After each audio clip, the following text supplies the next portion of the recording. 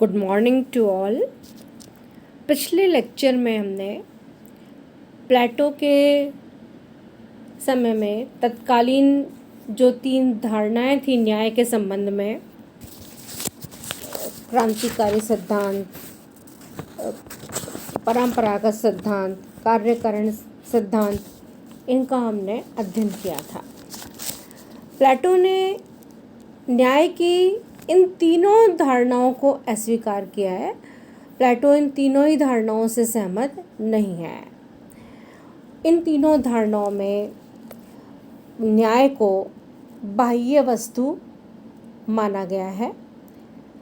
इसके विपरीत प्लेटो न्याय को आत्मा की अंतर की वस्तु मानता है और इसी आधार पर वो इन तीनों दृष्टिकोणों को अस्वीकार कर देता है।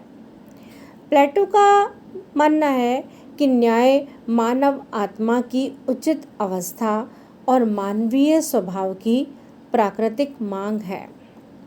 प्लेटो न्याय के 2 रूपों का वर्णन करता है, व्यक्तिगत और सामाजिक या राज्य से संबंधित। प्लेटो की धारणा थी कि मानवीय आत्मा में 3 तत्व या अंश विद्यमान होते हैं: इंद्रिय तृष्णा, शौर्य और बुद्धि। ये तीनों गुण जब उचित अनुपात में मानव मस्तिष्क में विद्यमान रहते हैं तभी व्यक्ति न्याय का पालन कर सकता है। इसके बाद प्लेटो राज्य के संबंध में न्याय का प्रतिपादन करता है। प्लेटो ने ये कहा कि राज्य जो है वो मानव मस्तिष्क का ही व्यापक रूप है।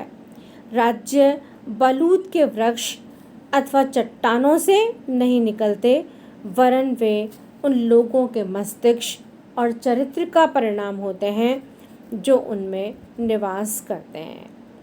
अतः मानव जीवन के इन गुणों के अनुरूप ही प्लेटो राज्य के 4 गुण बतलाता है। ये हैं बुद्धिमत्ता, साहस, संयम और न्याय। बुद्धिमत्ता, साहस और संयम ये तीनों गुणों के प्रतिनिधि के रूप में राज्य के 3 वर्ग होते हैं, जिन्हें क्रमशः शासक वर्ग, सैनिक वर्ग और उत्पादक वर्ग कहा जाता है। राज्य में जब शासक निस्वार्थ भाव से शासितों के हितों की रक्षा करते हुए शासन कार्य करता है, सैनिक वर्ग प्राणों की बाजी लगाते हुए देश की सीमाओं की रक्षा करने का कार्य करता है, और उत्पादक वर्ग जब कष्टों को सहन कर अपने उपयोग से अधिक उपभोग की सामग्री पैदा करता है, तभी राज्य में न्याय स्थिर रहता है। न्याय वस्तुतः कर्तव्य पालन से परे कोई वस्तु नहीं है।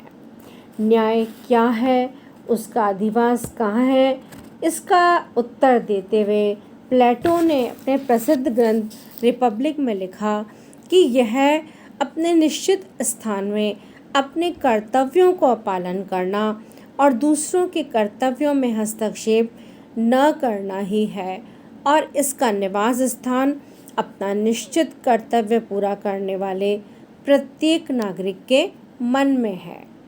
प्लेटो की न्याय संबंधी धारणा विशेषीकरण, स्पेशलाइजेशन के इस विचार पर आधारित है कि एक व्यक्ति को केवल एक ही ऐसा कार्य कुशलतापूर्वक करना चाहिए जो उसके स्वभाव के नितांत अनुकूल हो।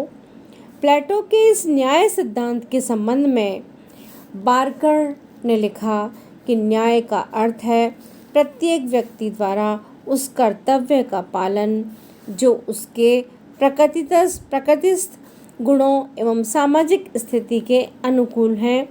नागरिक की स्वधर्म की चेतना और सार्वजनिक जीवन में उसकी अभिव्यंजना ही राज्य का न्याय है।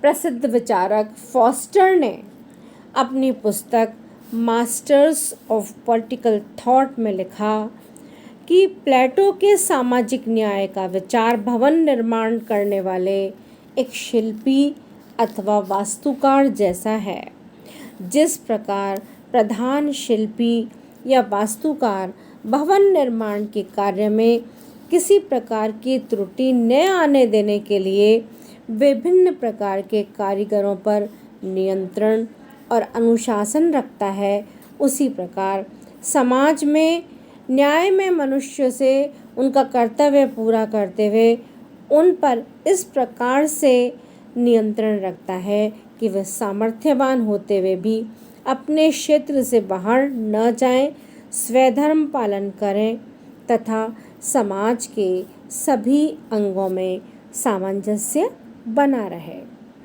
तो प्लेटो के न्याय सिद्धांत की निम्न विशेषताएं हैं, महत्वपूर्ण विशेषताएं निम्नलिखित हैं। पहला है नैतिक सिद्धांत।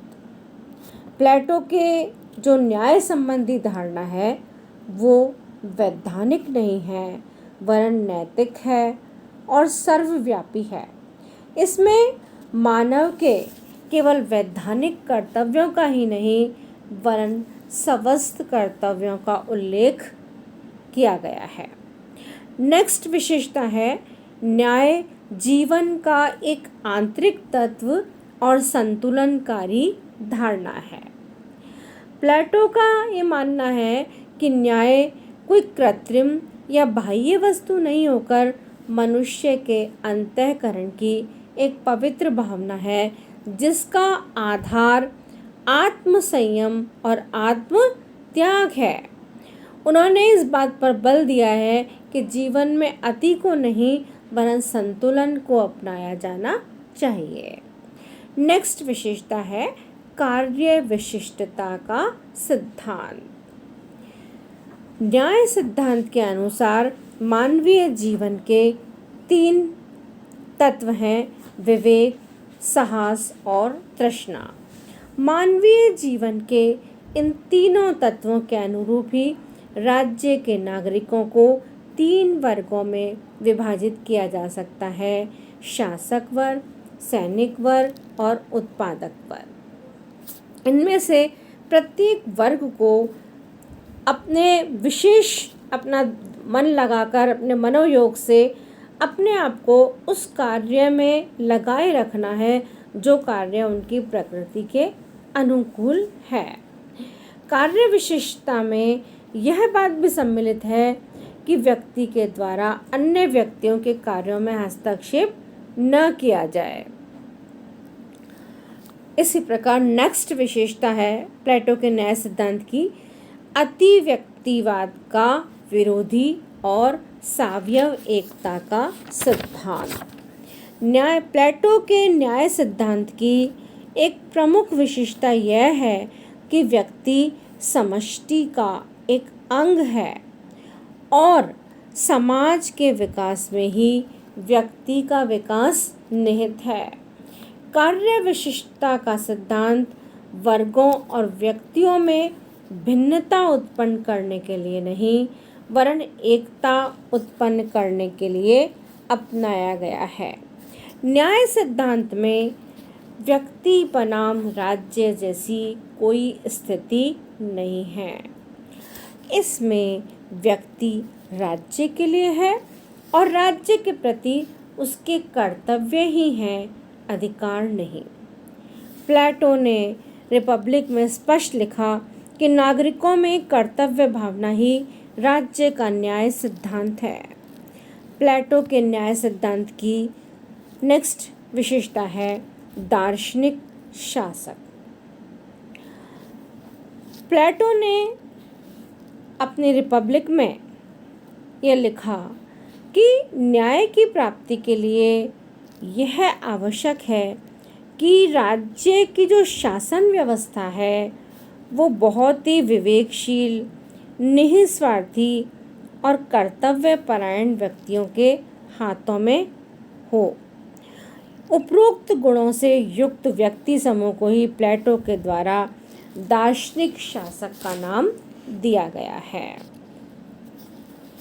तो प्लेटो के जो न्याय सिद्धांत है उसमें प्लेटो का जो न्याय सिद्धांत है वो वैधानिक नहीं है, वो नैतिक है और उसमें जो आज हम न्याय का जो अर्थ लेते हैं, न्यायाधीश के द्वारा दिए गए निर्णय, प्लेटो के न्याय का तात्पर्य वो नहीं है।